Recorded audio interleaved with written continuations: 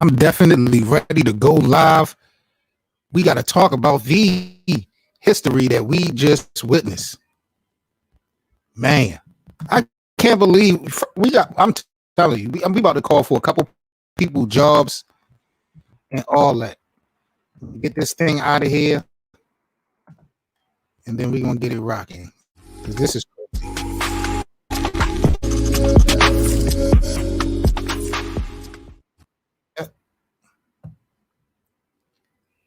no question about it, no doubt about it.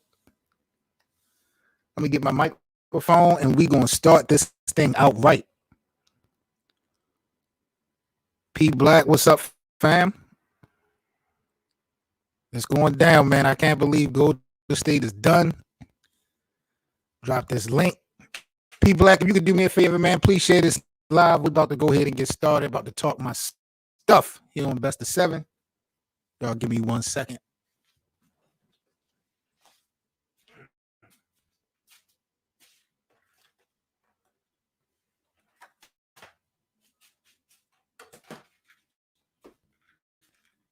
Yeah, boy. Yeah, boy. Let me get this thing out here.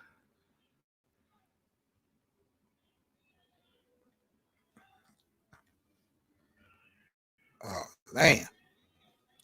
Unbelievable game we just witnessed. Memphis Grizzlies and the Golden State Warriors. I don't know how the hell they did it, but the Grizzlies have eliminated Steph Curry and the Warriors from making the playoffs. 117 to 112. The Memphis Grizzlies in overtime gets the W. Ja Morant iced it with a floater as the Grizzlies hold it down and beat the Warriors in overtime for the 8th seed. Now, speaking of opportunities and floaters, Draymond Green had a chance to win the game at the end of the fourth quarter with a floater that didn't even hit the rim. It's like he missed every single thing he threw up. Andrew Wiggins got to go. You talk about a liability to a team. You talk about someone that doesn't show up when you need the points the most or a basket. Andrew Wiggins was horrible. Steph Curry clearly had to do this by himself today, and it just wasn't the case. Ja Morant gave them 35, I think. Ja went off. You know, congratulations to the Memphis Grizzlies. And the thing about Memphis, when it came down to clutch time, they really didn't want to shoot the basketball. I didn't see a lot of people wanting to shoot the basketball. Ja Morant, however, did pull it off. You know what I mean? I'm going to give him his props. These guys definitely had to learn the lesson after the night. They have to find a go-to player. No, it was like hot potato in overtime and in the fourth quarter. That's how Golden State had a chance to even win this game, because this game was supposed to have been over. They had a comfortable lead with like under 2 minutes left. Yeah, Ja Morant, G-Man, is very clutch. There's no doubt about that. I was very impressed with Ja. I felt like those guys were going to freeze up in the biggest moment. Then overtime came. And when overtime comes, it's just like, okay, it's all you think it's all about that veteran poise. Draymond came up short. It was hot potato out there. Steph couldn't do this thing by himself. So big congratulations to the Memphis Grizzlies, who's going to move on as the 8th seed. They're going to play the Utah Jazz in the playoffs. Good 7 salute, my G. Yes, sir. My man, Good 7 in the building. He says Zion Williamson might be better than Ja Morant's team have been better the last 2 years. But I was looking at it like, you know, which one of these guys are going to step up? The game was getting too close, and nobody from Memphis seemed to want to shoot the basketball. It was like hot potato. You know, they got some key baskets from Ja when they needed it. But Memphis almost lost that ball, lost that game. Golden State, man. And I know the MVP race or the MVP decision generally is made for the regular season only. I'm starting to disagree with that more and more, because it seemed like the people that we give the regular season MVP to, they come up short in the playoffs. Giannis, the last 2 years, have come up very short in the playoffs. Even Steph Curry, when he won his MVPs, like he wasn't that dominant in the postseason. I don't know if we would take the MVP away from Steph really, like realistically, but they did not make the playoffs. When we were talking about Steph being an MVP, there was a possibility of them making the playoffs before they lost to the Lakers. And even after they lost to the Lakers, there was still a chance that they would make the playoffs. Now, I'm not quite sure if Steph deserves to get the MVP with the team not making it. So this might eliminate Steph, believe it or not, from the MVP conversation. And this might put the Joker from the Denver Nuggets in the one spot to win the MVP. It's going to be interesting, though. Wiggins is done. Wiggins is done for. I have nothing else to say about Wiggins, and I have nothing to say about Draymond Green. Golden State had a clear opportunity to win this game, even though they didn't deserve to win. Steph Curry, and it's just like those guys had that nostalgia moment where they had to go back in the day and rely on the guys that, pretty much brought this franchise where they are. In my opinion, Steph got to take that shot. It's been make or break Steph Curry all day, every day for like the last 3 weeks. I know Draymond has been there from the beginning, but you down by 3 points? Like Draymond made a three, and then when it got real close and they was down by 3, he passed up on a wide open 3. He didn't even want the shot. And I don't know what those other guys, Jordan Poole, I don't know what those other guys was doing. Klay Thompson, to me, good 7 ain't that important. I know that sounds disrespectful, but at the end of the day, I don't see Steph and Klay coming back next year unless Klay is guaranteed 100%. I think them days really is over. I was just thinking about that. I was watching this game in overtime, fellas. And, yeah, that's a fact, Skylar. Ja Morant is definitely a young beast. But I was watching this game in the fourth quarter, and I was thinking to myself, okay, if Golden State lose, if Klay Thompson come back next year, how much of an impact or how dangerous will the Warriors be next year? And, Father Time doesn't wait for no man. We see what's going on with LeBron. And I don't know, man. I just think those days of Klay and Steph being that, that group to be so afraid of, still got to respect them. But they're really not the powerhouse in the NBA no more. I was kind of thinking Golden State kind of sold themselves short by re-signing Klay.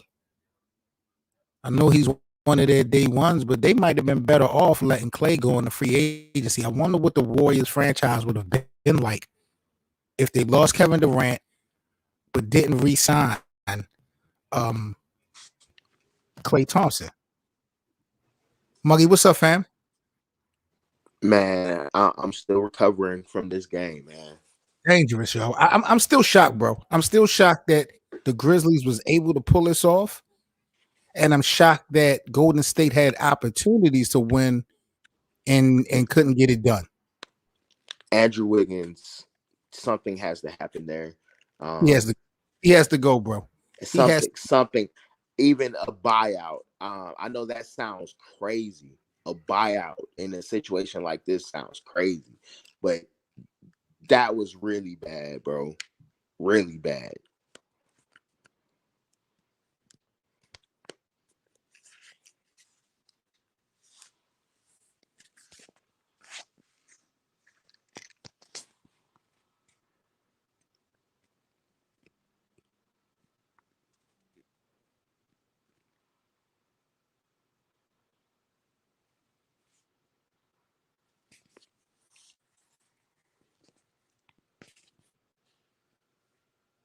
Like seven connection might have hopped off, but y'all. There we go. Bro, thank you. Back. Down, bro. I appreciate that. Yo, for sure. Yeah. Yeah, man. Drama Tech, what up, G? Bro, I have no words for Andrew Wiggins, man. What about Draymond? Draymond missed that floater. He didn't hit anything. No, yes, but no. Sure, Draymond could have ended it, but I feel like the Warriors would not have been in that position had we not given up so many possessions, bro, before that. It should have never gotten to that. Now I know that the MVP award is given throughout the regular season. This game, even though it's considered the play-in tournament, um, with Steph losing and not making the playoffs, do you think Steph still deserves to get the MVP? Can't even do it. No. Can't even do it, Wow. bro. Can't even do it. Sorry. I love Steph. I was rooting for him. I was rooting for the Warriors. But can't even do it, man. I'm sorry. So we got Utah and Memphis first round. Does Ja Morant, what you've seen tonight, do they have what it takes to beat Utah? I'm gonna be honest, man. If they can overcome Steph Curry and they can come up with a game plan to overcome Steph Curry, the Grizzlies are gonna have to get out coached by the Utah Jazz. So I think this series is gonna come down to execution. I do think the Jazz are beatable, but the Jazz are also the number one seed for a reason. At the same time, you got to give them some sort of respect. Now, why were you trying to give Steph Curry a pass earlier tonight, though Ja Morant had over 30-something points? I mean, Steph Curry had 39 points. I mean, and it was kind of back and forth because we had the Warriors kind of had Ja Morant locked up as well. Good seven got Utah in 6. Utah, that's fair. Bad matchup. Jazz bench too deep. I agree with that. And the Jazz are number one for a reason. But Donovan Mitchell, isn't he hurt? I'm actually not sure. Drama Tech said this is a bad matchup. He feel like the Jazz bench is too deep for Memphis. I can see that, and that's what I'm saying. They number one seed for a reason. That don't just randomly happen just because you get lucky. Like, nah, you gotta have your team has to be some level of really good. Muggy, I know you watched these boys play hot potato when they got down to the end of the fourth quarter in overtime. It seemed like nobody wanted to shoot the basketball. I was sitting here like, yo, I know y'all some young boys. Y'all may not have been in this situation, but y'all knew it was coming and y'all here now. Why does nobody want to shoot? Confidence level, man. That's a confidence thing, man. After seeing a guy like your max player, Andrew Wiggins, ruin about 10 plus possessions, it gets to the point where you're like, man, I don't want to be that guy. So, really, and I think a lot of that was them trying to find the right people too, some of it at least. They was relying on Steph. They was depending on Steph to make the play, and Steph was trying to be that leader to include everyone. Like when they get to certain points in the game, you just got to go for what you know.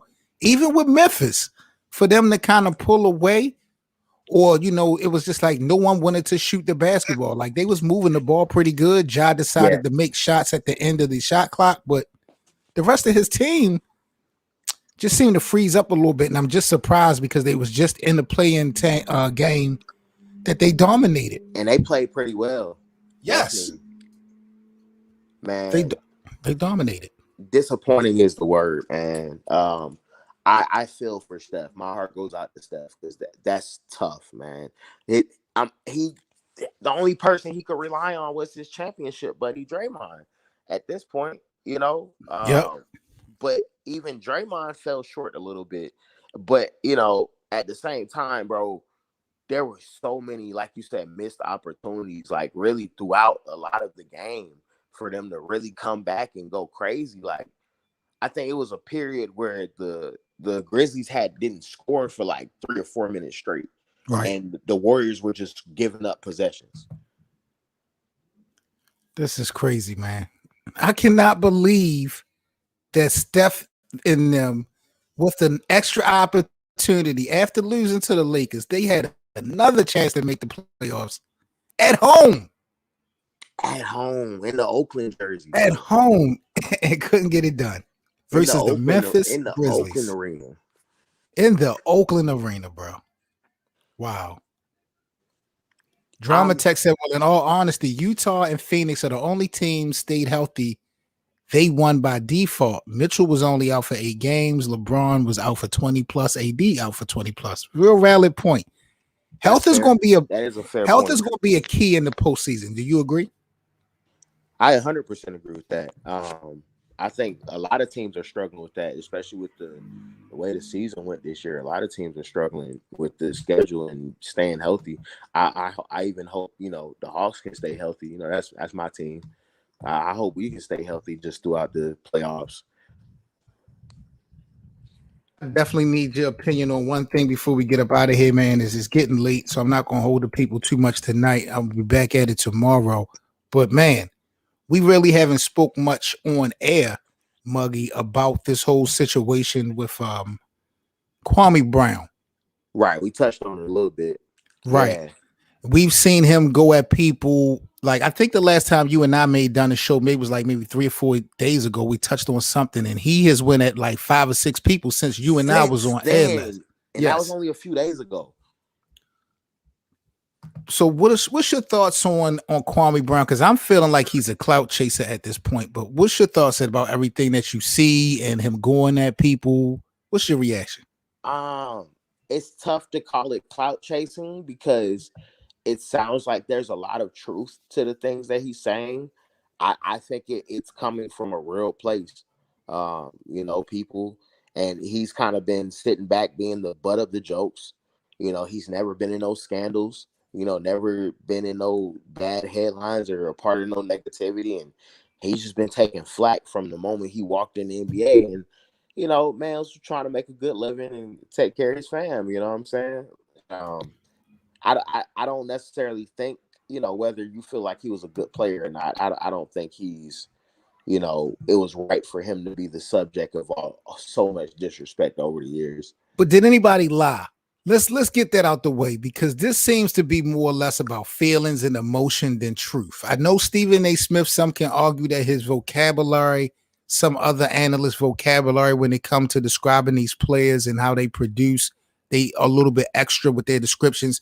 But did anyone ever lie on Kwame Brown? Has he not been garbage for 12 seasons? I mean, okay, sure. If we're keeping it real, yeah, he was pretty bad. But at the same time, there's a lot of bad players in the NBA, But how many of those bad players was drafted number 1? Like, there's so many intangibles that we got to look at. Jahlil Okafor. It's quite a few, bro. Yeah, it's a handful. It's a handful. But look how many people we have in the NBA compared to how many people we actually have actively playing. The ratio is ridiculous. Kwame Brown is only going at the people who went at him first. Leah says, I don't have a problem with him defending himself. But again, we are in that business, and I don't know, man. I just feel like he's just taking every opportunity now that somebody say something to go at him. I mean, he's making up stuff too. The stuff that he said about Jamel Hill, that was made up.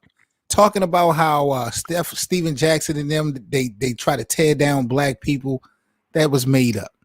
Like, he doing so much capping. Extreme. Yeah, that was a bit extreme, but everybody has their breaking point, man. It's going on 20 years now, and I thought he's finally reached his. And for some reason, I mean, even after all this time, people are still got his name in their mouth, and it is what it is. And I mean, I can't fault him for responding finally, And this is like 20 years of pent up energy.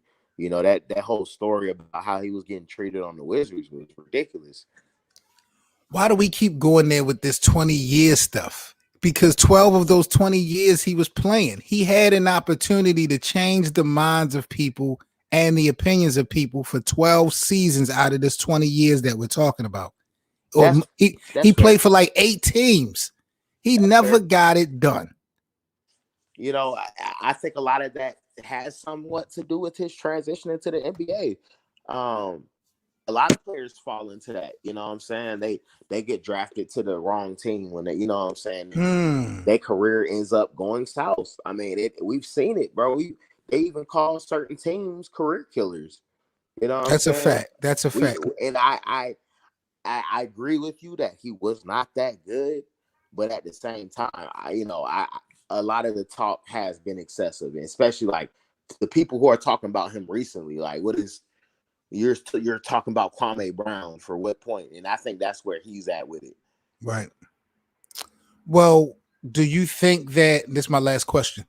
Do you think that if Kwame Brown was drafted by someone else other than Jordan, his career would have ended better? Yeah, because I will say that it just felt like Jordan didn't even want him. I'm not even sure why Jordan really drafted him. Because it just seemed like they didn't. I mean, even without me knowing the whole story about how he was getting treated, it just felt like, how the minutes they were giving him and all that stuff. It was like, yeah, nobody wants this guy. Wow. Well, you guys have it. It's the best of 7 sports talk. My guy Mug coming through, chopping it up. We just had to give you guys a little bit of reactions of tonight's game, man. Once again, the Memphis Grizzlies eliminate Steph Curry and the Warriors 117 to 102 or 112? Yeah, 112. Okay. So it's over now. The playoffs, I believe, is officially wrapped up as far as the seedings. Memphis will move on to face the 1 seed Utah Jazz. We got Phoenix and LA also. So it's on and popping, man. Starting tomorrow, I believe. The playoffs start this weekend. Yes, sir. It's about to get interesting. About to get real ugly. Mug, let everybody know what's going on with you, bro, before we get up out of here. Yo, man. Got some music projects out. Y'all check me out on all streaming platforms. Super Muggy is out everywhere. Man, you catch me on the iBattle app, on the Battle Rap tip. Got another battle in Atlanta next Sunday on Gates of the Garden. So we working, man. Hit me on Twitter at Lil Muggy, Instagram eMuggyT. And yeah, we here. Salute to Seven Mitchell, man. Always putting on for the culture for sure. Likewise, bro. So you are on the iBattle app. Right, yeah. The collaboration event, Road Rage 3, was on the iBattle app for sure. Dope. What is that? What is that like? I mean, I know it may not have done like changed your life, but it's definitely a power move when you're able to, get your work put on certain platforms and stuff like that. iBattle was a very deserving platform, well respected platform. How does it feel to be, starting to get that notification, bro? Because you definitely been working. Yeah, it feels good, man. Just kind of see where things are going in a short amount of time. It ain't even been a year yet since my first battle, so it feels good and kind of gives me confirmation that I'm kind of doing a lot of the right things, and I'm staying positive, staying focused, and I'm gonna keep my head down and keep working, man. Just knowing that, yeah, the hard work does pay off, at the end of the day. So my goal is just to try to work as harder than everybody else, for real. You know what I'm saying? And you gonna see me on the URL. You know what I'm saying? That's definitely the mission for sure. I want to have a conversation, not tonight. I want to have a special conversation with you and a couple other battle rap artists. I want to bring my brother K Doze into this conversation. I want us to have a roundtable discussion. I really don't talk about battle rap that much anymore, but one of the things that I've always wondered was how important is it for battle rappers to appear on URL? How important is it for them to have that URL appearance at least one time in their career? So hopefully you can join me and some of the guys and we can kind of, talk about the importance of being on that platform when it comes to you being an artist and, the resume and the type of career that you're looking to put together. Yeah, for sure, man. We can definitely talk about that, man. Definitely. About to get up here, so let me see. Look like we got one more comment when it comes to Kwame. He didn't make that shit up. Too focused on exposure of others. Like I said, man, this is the only thing I'm gonna say about Kwame Brown. Kwame Brown does a lot of capping. He does a lot of fake shit. He's done a lot of clout chasing. I don't have a problem with him defending himself. When he made that first video, I thought he bodied Steven Jackson. I thought he bodied Matt Barnes. I thought he bodied Gilbert Arenas. It was done to me. Them dudes really didn't even clap back all crazy. He took the opportunity. They let him have it and just kind of moved on. Yeah, and I'm not mad at a nigga who can take an opportunity and capitalize off of it. I'm not even mad at the hustle. But it just seems like every single day now he's pointing out someone. Multiple people a day, like it's yeah. He just got on Charlemagne. I was like, whoa. And he is not really locking in on the people who got this situation. He's still quiet on Michael Jordan, you know, and that's coming. That's coming. I can see people are all in his ears, so he's gonna come crazy at Michael eventually. But he not coming crazy at Michael.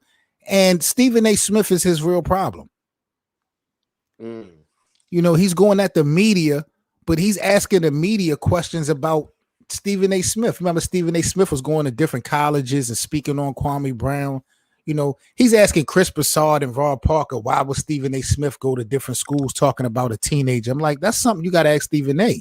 Stephen A. got popular by, you know, making fun of you and shit like that. That's a fact, man. I'm just curious to see how all this plays out. Like, you know, is the Kwame Brown book dropping next week or something? You know what I'm saying? Like, I'm really curious to see if maybe, you know, if there's anything to follow up with this, or he really just getting his stuff off his chest. But time will tell. We'll see how this ages. That's a fact, man. We're gonna see what the end game is. But I am Seven Mitchell. That's my guy, Muggy Man. This is the Best of Seven Sports Talk. Hope you guys have a great weekend. Make sure y'all subscribe to the channel if y'all new for all the latest news, updates, and rumors in sports. Y'all stay safe, man. We up out of here. Peace. Peace, Mug.